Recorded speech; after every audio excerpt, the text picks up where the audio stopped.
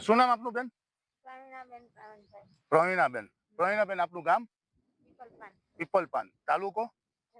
ઝઘડિયા. જિલ્લો? ભરૂચ જિલ્લાનું ઝઘડિયા તાલુકાનું પીપલપાન ગામ, જ્યાં તે આપણે પ્રવીણાબેનના ખેતર ઉપર ઊભા છીએ.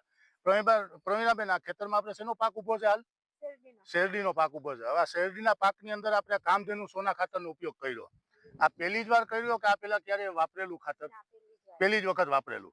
હવે આ જે ખાતર આપણે વાપરેલું એ પાયામાં વાપર્યું હતું કે ઉપરથી? પાયામાં વાપરેલું. હવે પાયાની અંદર આપણે કામધેનુ સોના ખાતર વાપર્યું, અને એ પેલા આપણે કોઈ રાસાયણિક ખાતરનો જે ઉપયોગ કરતા એમાં અને આપણે આ કામધેનુ સોના ખાતરમાં તમને શું તફાવત જોવા મળ્યો? આ કામધેનુ ખાતરનો અમે ઉપયોગ કર્યો, એનાથી પાયામાં નાખ્યું એટલે એનો વિકાસ, પછી જે પાણી વાળવાની અંદર અમારે જે દિવસો વધી જાય તો પાકને કોઈ નુકસાન નથી, અને એનો વિકાસ અને એનો ગ્રોથ આ ખાતરથી બહુ સારો છે. બરાબર. સાહેબ, આપનું નામ?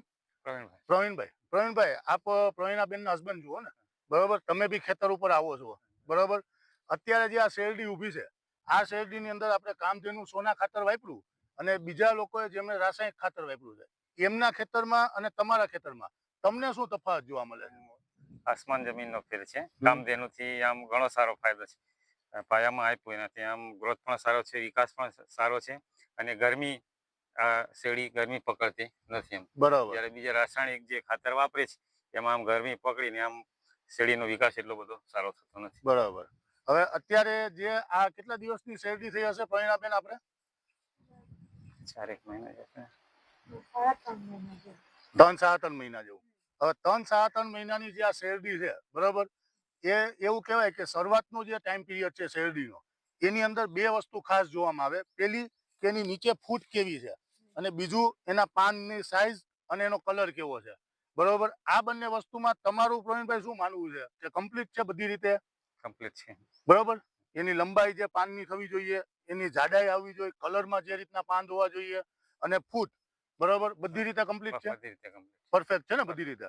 હવે જે રીતે આપણે સાહેબે અને પ્રવીણાબેને જણાવ્યું કે એમને પહેલી જ વખત કામધેનુ સોના ખાતર ઉપયોગ કરેલું છે પાયામાં, અને અત્યારે જે આ શેરડી ઊભી છે, આ શેરડીની અંદર પાણીની બી ખેંચ પડેલી છે.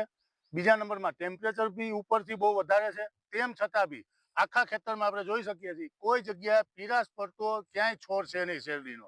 બીજું કે જે ગ્રોથ થવો જોઈએ એ બી કમ્પ્લીટ છે, બરોબર ને?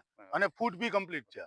તો આ બધું જે રિઝલ્ટ જોયું આપણે, આ જોયા પછી શું લાગે કે કામધેનુ સોના ખાતર વાપરવું જોઈએ કે રાસાયણિક ખાતર વાપરવું જોઈએ? કામધેનુ સોના ખાતર જ વાપરવું. કામધેનુ સોના જ વપરાય ને? તમારું શું માનવું છે બેન? આ જ વપરાય ને? હવે બરોબર. હવે આપણે કંપની વતી ક્યાંય રેફરન્સ આપવું હોય પ્રવીણભાઈ, તો એના માટે તમારો મોબાઈલ નંબર જણાવશો? 63 55 99 41 16. 63 55 99 41 16 પ્રવીણભાઈનો મોબાઈલ નંબર છે, જેમણે શેરડીની અંદર પાયાના ખાતરના રૂપમાં કામધેનુ સોના ખાતરનો ઉપયોગ કરી અને સંપૂર્ણપણે સંતોષકારક રિઝલ્ટ મેળવેલું છે, અને અત્યારે શેરડીમાં કોઈ જાતનો રોગ કે કોઈ જાતની તકલીફ જોવા નથી મળતી. બરાબર ને પ્રવીણભાઈ? તો ધન્યવાદ કંપનીની પ્રોડક્ટ ઉપર ભરોસો કરી અને ઉપયોગ કરવા માટે. ધન્યવાદ બેન.